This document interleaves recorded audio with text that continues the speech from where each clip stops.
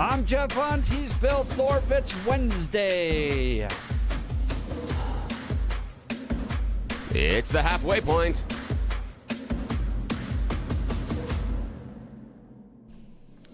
News Talk 710 KNUS in Denver.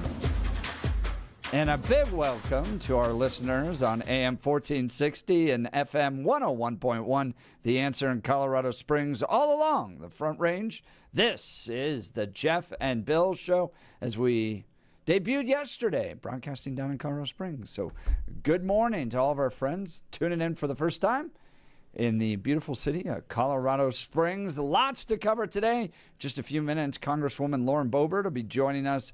She broke with Trump and Johnson yesterday on the $1.2 trillion spending bill. We'll find out why.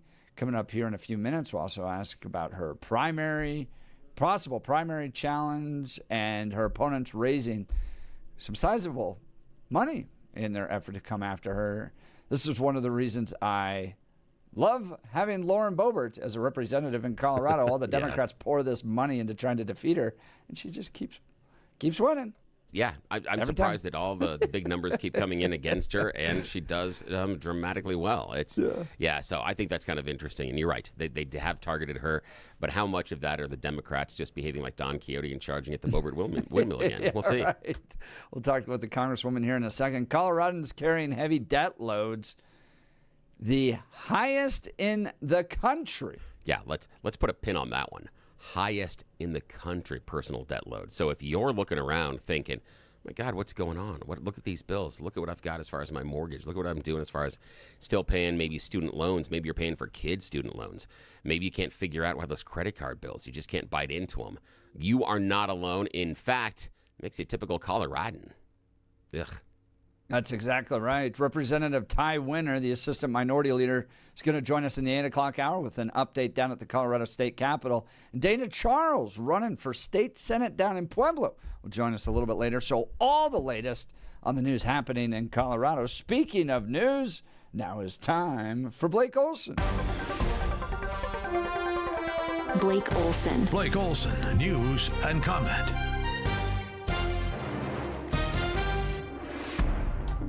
Hey, good Wednesday morning, hump day. 26 and clear in Denver, 25 in the Springs. Expecting highs in the low 50s today up and down the Front Range. News sponsored by Pastor Camp Heating and Air Conditioning at 303-777-1234 to learn more about special savings opportunities on Lennox equipment. Our top story, the federal government shutdown has ended. And now they can all go back to insider trading. The House narrowly passed a spending package Tuesday that provides over $1 trillion in government funding, but leaves out DHS. It was sent to 47 and signed. Denver's clerk and recorder is pushing back against DJT's call for nationalized elections. 47 called on Republicans to take over the voting in at least 15 locations or cities or places. He didn't specify where voting should be nationalized. Denver clerk and recorder Paul Lopez released a statement criticizing the president, saying the Constitution gives states the power to control their own elections. Lopez said the state will hold elections in June and November, quote, whether they like it or not, end of quote. DJT accused several Democratic-run cities of corruption. A male gray wolf died during a capture and collaring operation in northwest Colorado. CPW says the 3-year-old breeding male was part of the King Mountain Pack and was one of 15 gray wolves translocated from British Columbia in January of 2025. Melinda French Gates says it's not up to her to answer about her ex-husband Bill Gates' relationship with Epstein. He was named multiple times in the Epstein files released by the DOJ.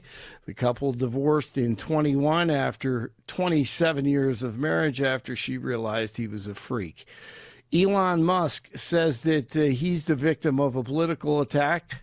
French officials raided the Paris offices of his ex-social media platform Tuesday as part of a criminal investigation into its AI tool Grok and its anti-Semitic content and production of graphic sexual imagery. It's kind of laughable. It's France. All this shows is that France has no free speech. The prosecutor's office also issued a summons for Musk. The man accused of assassinating Charlie Kirk, Tyler Robinson, appeared in court in Utah on Tuesday. A judge denied the defense request to disqualify the Utah County Attorney's Office from prosecuting Robinson, whose attorney cited a potential conflict involving a deputy prosecutor's child attending the event at Utah Valley University. Defense lawyers also asked that some documents remain sealed, arguing media coverage could sensationalize the case. Authorities are following new leads now in the disappearance of Savannah Guthrie's mother, the 84-year-old mother of the Today host, went missing Sunday, of course, after officials said she was abducted from her Tucson home. Arizona police are investigating the authenticity of an alleged ransom note demanding payment for her release. Police lifted a shelter-in-place order Tuesday evening for a neighborhood near North Cascade Avenue and West Fillmore in the Springs. The order was issued around 5 o'clock for a 4-block area near West Polk Street and Concord Street during law enforcement activity. Authorities did not release further details, but say the situation has been resolved. A Doberman has won the best of show in the 150th Westminster Dog Show. A four-year-old Doberman named Penny wins it. A Chesapeake Bay retriever named Coda was chosen reserve best in show. Sharks at the Avalanche tonight. Nuggets lose to the Pistons 124-121 on the road in Detroit. At the Knicks tonight at 5 o'clock as they tip it off. Super Bowl 60 on Sunday. Patriots quarterback Drake May is asked what his favorite Bible verse is. Favorite Bible verse? Ooh, I think Proverbs 16:9. The heart of a man plans his way, but the Lord establishes his steps. I think just what a verse that is. What a verse it alludes to. You can have all these plans in life of, hey, I want to do this, I want to do this, but it's really the Lord's doing the work about leading in the right direction. Amen. 25 in the Springs, 26 in Denver. You're waking up with Jeff and Billy. It is Hump Day. Blake Olson, News Talk 710 KNUS. Good morning, folks, and a very good Wednesday to everyone. Your KNUS forecast calls for cool and dry, pleasant wintertime and early February weather conditions here today on the backside of yesterday's small weather system. Going to be looking at clear to mostly clear skies and temperature readings running several degrees above average. High pressure going to expand across the western United States then over the next several days and start to shift eastward. And this is going to keep ourselves all across the Front Range and central Colorado in a very mild, a well above average temperature pattern and also a dry temperature pattern. Highs today near 50 for the Denver metro area and Colorado Springs. Nighttime lows in the upper 20s and lower 30s. Middle to a few upper 60s for highs then for the metro area as we work our way into Thursday, Friday, and this weekend with low 60s for the Colorado Springs area. Nighttime lows low to mid 30s. I'm meteorologist Mark Huer in the 710 KNUS Weather Center.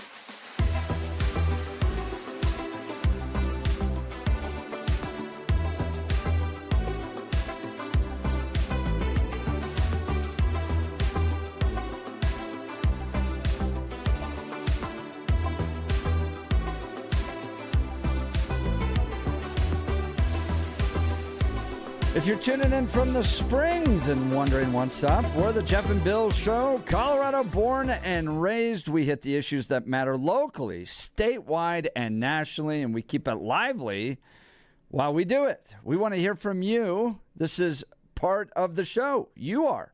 So give us a call at 303-696-1971 or text us on the Dan Caplis Law text line at 720-819-5115. We're fired up to be on the air in the Springs, and we hope you'll be sticking with us. Let's talk about one of our great sponsors, Gyrie's. Folks, my wife and I have been talking about updating our home for a while, and we took a big step. We went to Gyrie's in the Parker area. They're all over the Denver metro area, and let me tell you, an absolutely fantastic experience.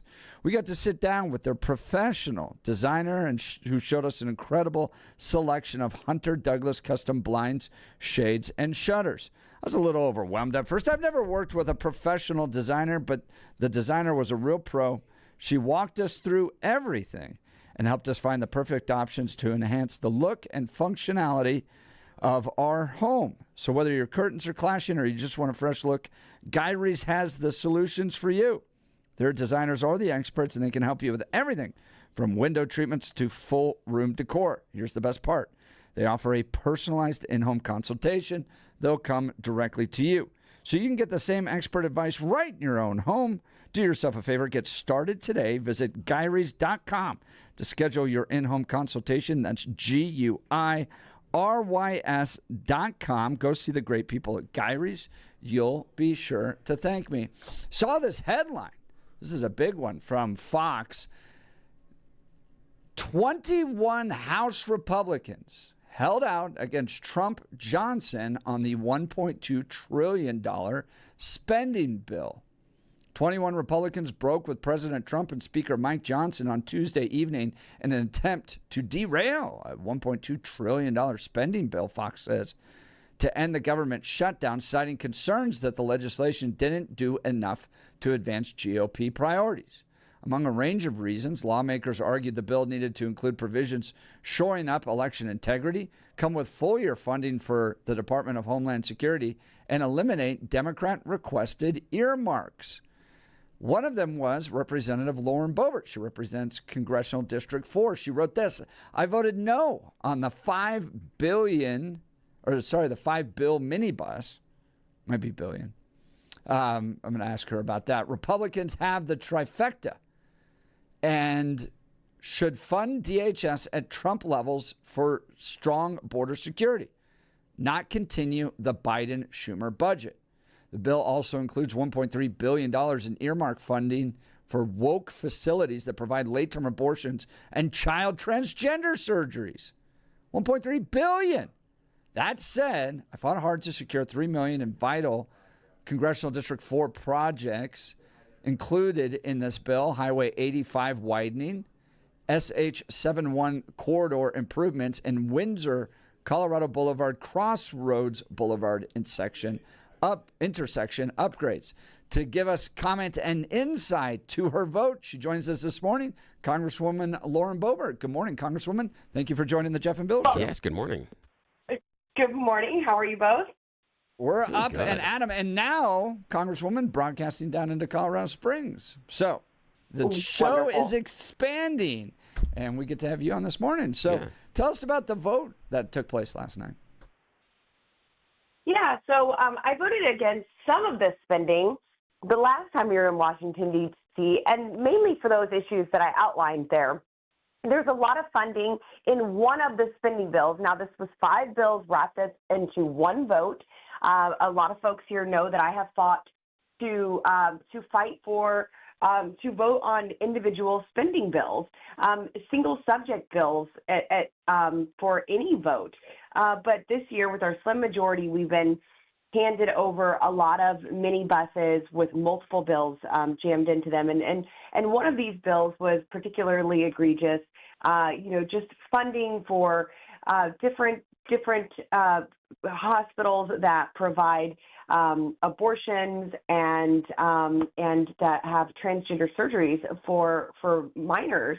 And this is not something that I could put a yes vote to. So unfortunately, when that piece of legislation is wrapped up with everything else, it's really hard to vote for everything else as a whole. I am happy that the DHS was funded yesterday, but I would have loved to have seen that vote happen individually and separate that out. Now, this is only a 2-week spending bill. There's over $1 trillion in spending with a lot of this, but a lot of this is just a 2-week spending bill until we find out what the next avenue will be to keep the government open and avoid a partial shutdown. Chuck Schumer and the Democrats would love nothing more than to shut down our government and take out all of their political frustrations on hardworking Americans and use that as a tool to hold the American people hostage. That's Congresswoman Lauren Boebert from Washington, D.C., talking about a vote yesterday that reopened the government. But it was a $1.2 trillion spending bill that she didn't agree with parts of it. Let's talk about DHS funding. You can't see me because you were doing a radio interview, but I'm proudly wearing my ICE hat right now. ICE should be supported, funded, not at Schumer levels, as you mentioned, but at Trump levels. Talk to us about where that debate's going to go, how Democrats are lining up on this, and are we going to be able to continue to fund the work, the good and important work that ICE is doing? Yes, so we certainly will be able to finish funding ICE. Also, ICE has a lot of funding. They're funded for probably the next 4 years or so. I know there's some more costs that are coming as Secretary Noem has said that all of our ICE agents will be wearing body cams. I do support our ICE agents and the work that they are doing, and it's really, really hard to see some of this footage where folks are screaming and blowing whistles and getting in the way and impeding officers and they're interfering with their investigations, interfering with arrests, or just with their regular duty. You know, you hear these officers say, you're free to record us, but, stand back, stay out of the way. And these are already stressful times for law enforcement officers. Any time, any job, or any day on the job is stressful for a police officer of any kind, and to add that amount of stress is just really heartbreaking to see, because it just adds unnecessary chaos and confusion. And then, unfortunately, we have seen really bad things can happen when all of that distraction is going on as well. And so I certainly support what they were doing and support fully funding them. And I don't think that the Democrats are going to get their way in trying to defund the Department of Homeland Security here. When it comes to those body cameras, what we found with, those being implemented and required with police is that they often provide clarity with situations that law enforcement was not in the wrong, and it confronts lies that often take place against them. So like President Trump and a lot of other Republicans going, all right, you want body cameras? That's fine. We'll do body cameras. I do want to ask you about the group that came together, 21 House Republicans who held out against the bill. There's some good folks here. You're not alone in this. You got Andy Biggs there. You got Randy Fine, Byron Donalds, Brandon Gill, Anna Paulina Luna. Can you give us some insight into how the president felt about your vote? Did you hear from the White House? Was he frustrated with you, or was this just a disagreement over policy and Republicans are going to move forward? Give us some insight if you can. So I didn't hear from the White House on this. The White House obviously was able to sign this bill into law. There was a signing ceremony yesterday. I was not invited to the signing ceremony. I don't think if you vote against it, you're invited to that. But, nevertheless, there were some victories that were outlined in some of those other bills that I am actually supportive of, that I wasn't able to put a yes vote next to yesterday, that prioritize Colorado's 4th District water and infrastructure projects. So this is really exciting that those are getting funded, but it's really frustrating when Republican leadership work with Democrats to pass massive appropriation bills and they ignore conservative priorities. It is not a conservative priority to fund abortions, to fund transgender surgeries for minors. And some of the $1.3 billion earmarks that were in there were just some really wasteful Democrat sponsored priorities. And this is something that I just could not vote for. But the White House is happy. They got their 2-week extension, and some of this stuff will be funded for longer than that. But we can't have refugee settlement funding and foreign aid and then pair it with funding for our border or for our ICE agents and say that in the name of them and Coast Guard and others that we are going to support this other stuff. I'm not in favor of that whatsoever. So the White House is fine on this one. There'll be another chance in 2 weeks to get this vote right. I would love to see the SAVE Act or Save America Act connected to the next must-pass piece of legislation. Right now, we have what I feel could be an empty promise from Leader John Thune in the Senate that there will be a standing or speaking filibuster for an actual vote on the SAVE Act for election integrity. And I don't see him doing that without another piece of legislation forcing him to actually take that up and pass it. Maybe it comes up on its own. Maybe he has a speaking filibuster where senators have to actually be present to filibuster rather than just sleep through a filibuster as they have been doing. But I don't see that passing without another piece of must-pass legislation to go with it.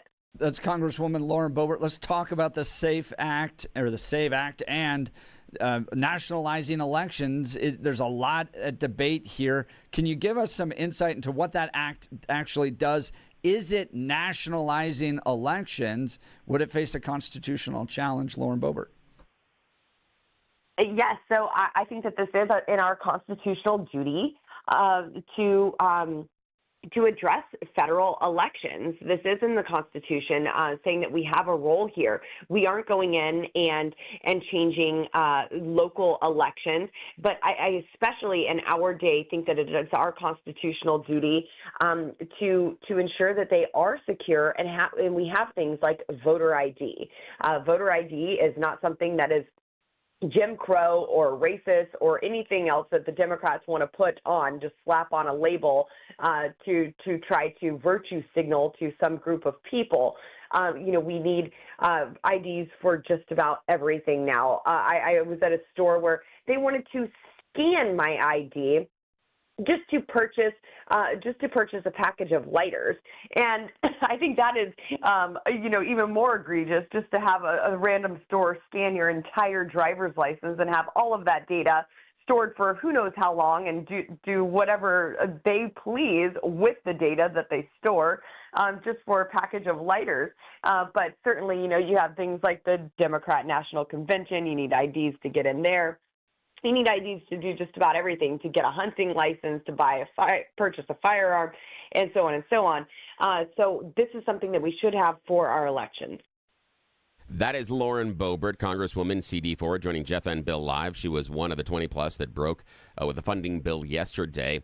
And I want to go a little bit deeper, Representative Boebert. I want to talk a little bit about the sausage. I know that you're not in charge of the process, but Jeff, myself, listeners to the Jeff and Bill show, both here on KNUS and The Answer in Colorado Springs, become frustrated with this government by last-minute emergency. What I mean is we seem to only be able to pass bills and funding when we are on the precipice of a government shutdown. I agree with you that we need to make sure that we vote on individual bills and debate these things on individual merit. Yet, I repeatedly see Congress showing up like that middle school kid who just discovered today is the day of the science fair and trying to figure out how I'm going to get this assignment done. Why, in your opinion, have things gotten to such a sense in Congress where we only seem to be able to pass these types of funding bills during a last-minute emergency? This is one of my biggest frustrations with Congress is that it is an emergency before we actually do the right thing or anything at all. And nothing happens in this town without force. It seems that if a bill is not something that is either pressured by the American people for Congress to act on, or if there's going to be something like a shutdown, then it's not going to be passed. We're going to come up against the same things with the National Defense Authorization Act. We're going to come up against this with FISA and the reauthorization of FISA, and we're going to have another fight on warrantless searches of American citizens. And I can tell you right now, I'm going to be in that fight if they say we're passing FISA without a warrant requirement to search American citizens. And so in all of this, it takes force. It's something that has been a frustration of mine for 5 years since I've been here, 5 years personally. And unfortunately, this is one of those things that we are told time and time again, well, that's just the way things work here. That's the way we do things here. And America hates the way we do things in Washington, D.C. And so you would think that at some point someone would get the hint and say maybe we should do things differently. But we're given this excuse of our slim majority on a regular basis. But also here in D.C., I have seen remarkable things that, it could take us 4 months to do 3 days worth of work legislatively, or if the pressure is just right, we could do 4 months worth of work in 3 days. So this town is quite unique, and no regular American business would ever be able to operate if it functioned the way that Congress does under Democrat or Republican rule for the most part. So our slim majority certainly makes things difficult, but this is why I also want to use that pressure and a must-pass piece of legislation to attach voter integrity, election integrity onto. Unfortunately, I started this out saying I have fought for individual bills, single subject bills, but the swamp kind of makes you play the game at some point. You guys know very well that I had a single subject bill that passed the House and Senate unanimously, made it to the White House, and was vetoed. Now the swamp is forcing me to play their game and say, okay, I'll get my bill, my Finish the Arkansas Valley Conduit Act, into a bigger bill where it can't be vetoed. I'll play your game. We'll get it in there. It will be passed. I will take care of my water users in southeast Colorado and ensure that they have clean water to drink. And I'm going to do the same thing with the SAVE Act and pressure for that legislation to be attached to something where it cannot be separated and it cannot be removed at the last minute. That's Congresswoman Lauren Boebert. She also sits on the powerful House Oversight Committee. She's going to have some guests before her, some fascinating ones. The Clintons coming up, as well as Tim Walz. Give us some insight on what to expect with the House Oversight Committee. Yes, so we are set to have the Clintons testify for a deposition the end of February, and I will be present for both Hillary Clinton's deposition and former President Bill Clinton's depositions. Both of them have said that they want to testify, that they would remain for as long as we needed. So we'll have all of our lawyers from the committee, all of our staff, as well as every member from the committee will have opportunities to question the Clintons individually during these depositions. I think that this is something that is very important. I don't think that we've had someone as high as a president of the United States come in and testify for a deposition before the Oversight Committee in the past. So if we would have held them in contempt of Congress, which I was and am in favor of, we would never be able to have this opportunity to actually ask them questions. It would be done. We can't ask them anything ever. So we are taking this opportunity to have them in for the deposition. The deposition will be recorded. The folks at home will be able to see it. It will not look like a regular committee hearing where everyone gets 5 minutes at a time, and it goes back and forth. It'll be a little less informal and much, much longer, as long as there are questions to be asked of the Clintons.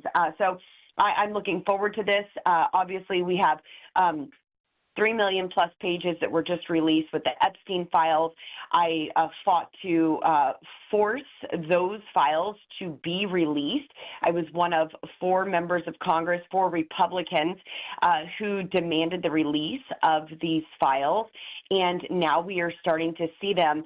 And man, there's a lot of people who used to call me crazy, who I'm waiting for phone calls to offer an apology. But there's some really gross things that we're seeing in this, and a lot of it is I told you so, and I'm just so glad that we are finally getting some light shed on this, but there's also still a lot of questions that need to be answered.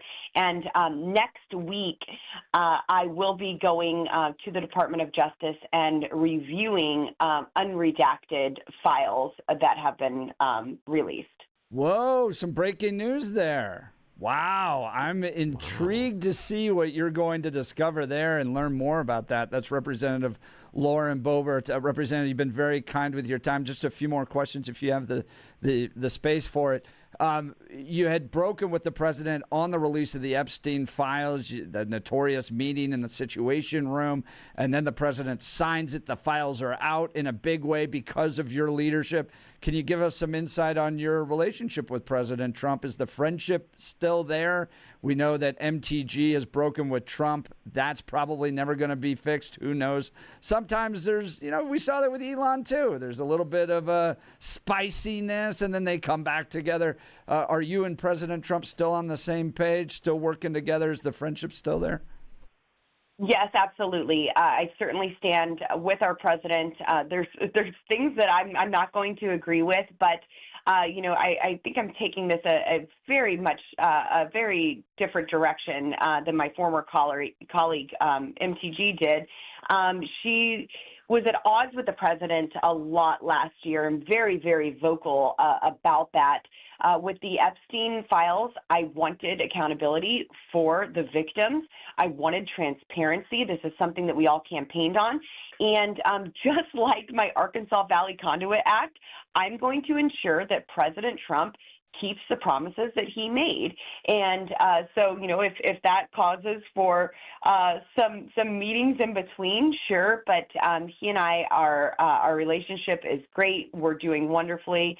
And, we're working on other things for Colorado. And I'm just excited for the potential we have with upcoming elections and a change of leadership in Colorado. We really, truly have an opportunity to finally take the state back. We as Republicans, I see so often try to pit each other against one another and have these little fights that become big fights and chasms. And it's time to unite. I'm tired of the Republican Party fighting over who wins or who loses better than the other Republican. It's time for us to start winning again in Colorado, and right now is our opportunity to do that. Speaking of winning, Congresswoman Lauren Boebert, you're facing a lot of opposition from the Democrat Party. They've raised a lot of money to come after you. Article in the Denver Post about this yesterday. They tend to do this, which is why we love having you in Colorado. They raise a lot of money, they spend a lot of resources, and they can never defeat you. It seems like that's what they're doing. Again, you won by 10 points in the last election. So what's your response to Democrats raising millions of dollars in an effort to try to unseat you again this year? Yes, well, Democrats will always raise million against me. I've actually said on the radio yesterday, I've always wanted to start like an I Hate Lauren Boebert page and raise money off of that myself. As long as I have the disclaimer at the bottom, give for whatever reason you want, but our campaign needs money. But in the meantime, you can go to laurenforcolorado.com and pitch in, because we are doing the work, and Democrats are going to raise money from all of their dark money groups, their Act Blue money laundering scheme, and their Hollywood elitists. But I am delivering for the folks in Colorado's 4th District, in Douglas County, and our rural counties surrounding Dougco. And, whatever we can do to continue the momentum that we have, defeat Democrats once again, that's what I'm here for. Their money doesn't scare me. It never has. Go ahead and raise more against me, and, you can protect Gabe Evans in the 8th. So spend your money here, not in the 8th, and we'll just continue on to victory. I love the I Hate Lauren Boebert, idea of a website that you run. And I'm just saying, I think T-shirts would sell really quickly. And Jeff and I got a line on a dude that does a great job printing really good T-shirts. So if you're interested, we can talk offline. Just saying, I think it's a great idea. Congresswoman Lauren Boebert. You can support her at laurenforcolorado.com. Laurenforcolorado.com. She has found a way in Washington, D.C. to advance her agenda, deliver for her people, challenge the president when she needs to, remain and keep that friendship strong. She's doing a pretty good job navigating that. And thanks for fighting for that Arkansas Valley Water Project. Thank you so much. Thanks. The fight's not over yet, guys. Oh, we know. We got your back. But, we're just sitting here by microphones, whatever we can do. Lauren Boebert, laurenforcolorado.com, laurenforcolorado.com. Thank you for your time this morning, Congresswoman. Thank you. And for gosh sakes, please go do something productive with your day and stop talking to us. Go do something useful. We appreciate you. Guys. All right. Give us a sense of how you feel about her leadership. 303-696-1971, breaking with the president, along with 21 other Republicans, against the $1.2 trillion spending bill, saying there are parts of it she just didn't want to support. She's not going to. She writes about this on her X account, that it brought about $1.3 billion in earmarks for woke facilities, providing late-term abortions and child transgender surgeries. Meanwhile, she was able to secure money for the project. So sometimes this is how it works in legislation. You don't vote for it, but your district can still benefit from it. And do you give her credit for that? Oh, absolutely. Do you find the chasm between her and Trump getting bigger? Is that something that you are concerned about? Is she on her way to becoming the next MTG? Or is she navigating that relationship just fine? Standing for independence for her community, while also not necessarily going full MTG. That's what you just hit, my friend. That's what I love. The idea that she is finding this good, classic Colorado independent streak. That absolutely she still has all the conservative bona fides, but she is honest enough to say there are times in which I can't vote for, and what I highlighted, the 5 bills that we all wrap into one so that everybody's stuff gets covered and nobody can vote against it. That is hard to take a principled stand and say, because of the things that I see in this one here, I can't vote for that. It is much easier to just say, well, we got to find a way to get along and I got to pass this thing and got to keep the machine moving. It takes a lot more courage and a lot more risk politically to do what she's doing. I admire it. I respect it. She and I disagree on some issues, but I really appreciate the independent streak that she has been pressing lately. I like it. There you go. All right. Would love to hear from you. Here's the phone number, 303-696-1971.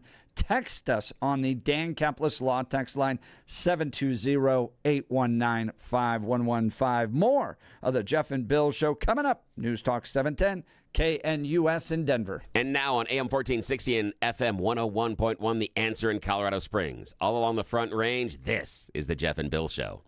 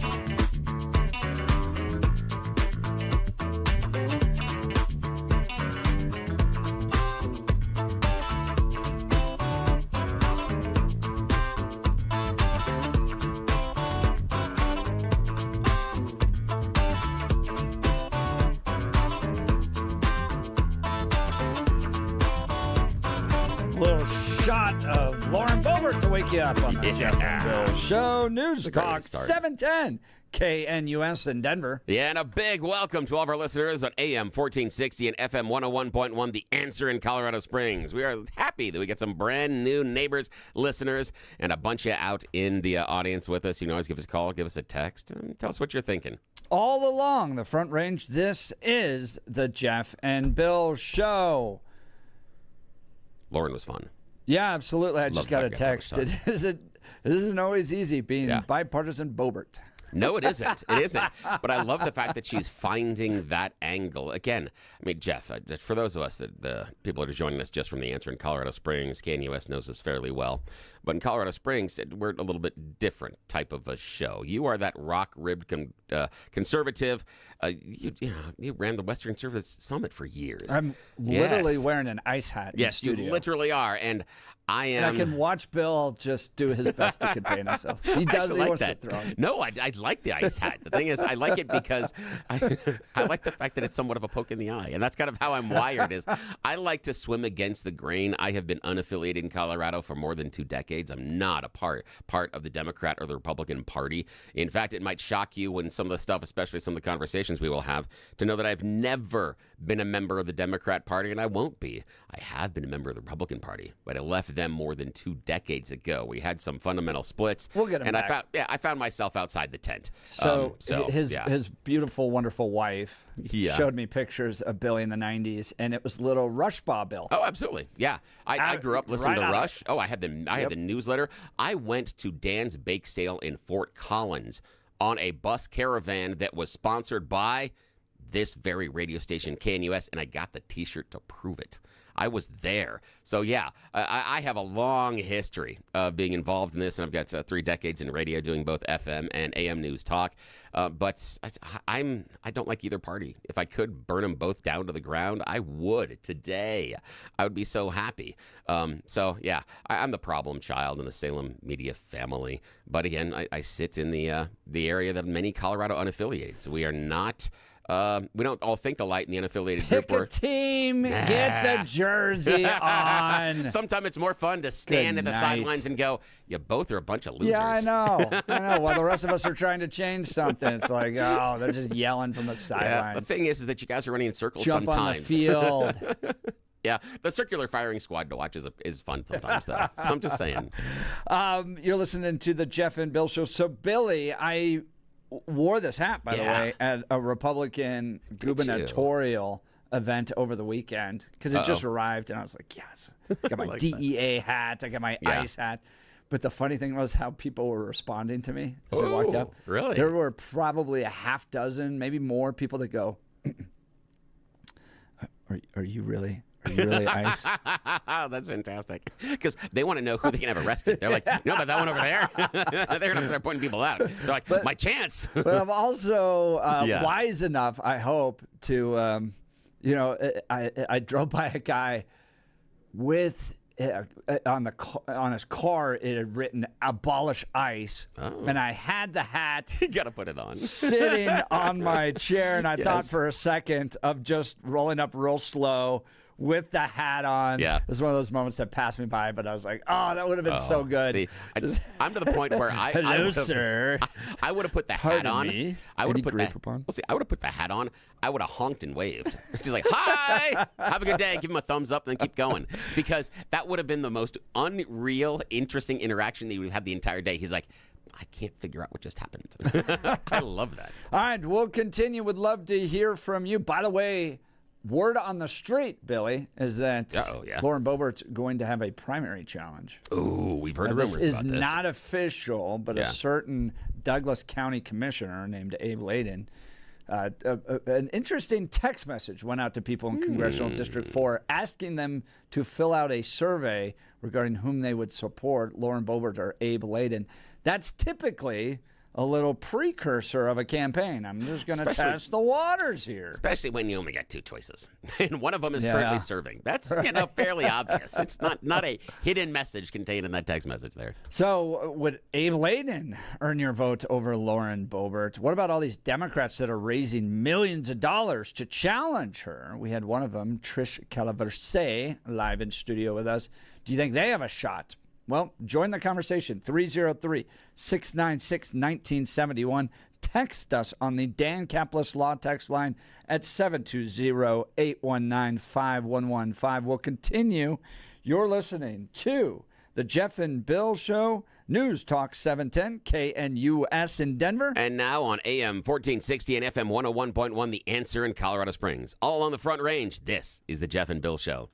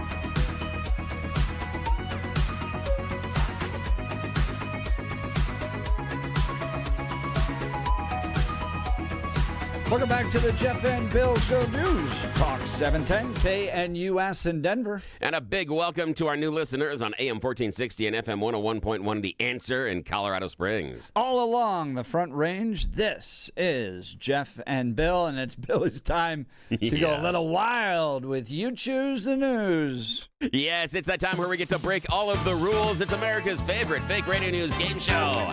You Choose the News. What are we doing?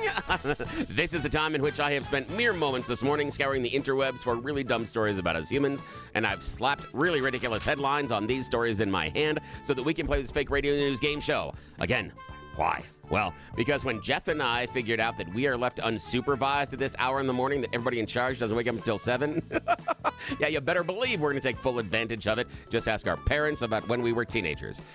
But those are stories for other days. Well, as always, Blake Olson joins us from the news department. Gentlemen, here are your headline choices this morning. Headline number 1, Rockmaster Scott and the Dynamic 3. Headline number 2, Rigging the Vote. Headline number 3, Hunk of Burnin' Love. And headline number 4, This Reflects Bad Luck. Mr. Hunt, Let's start by rigging the vote, please. Yes, we got to rig the vote. Finally, we have proof of a rigged vote coming out of Washington, D.C.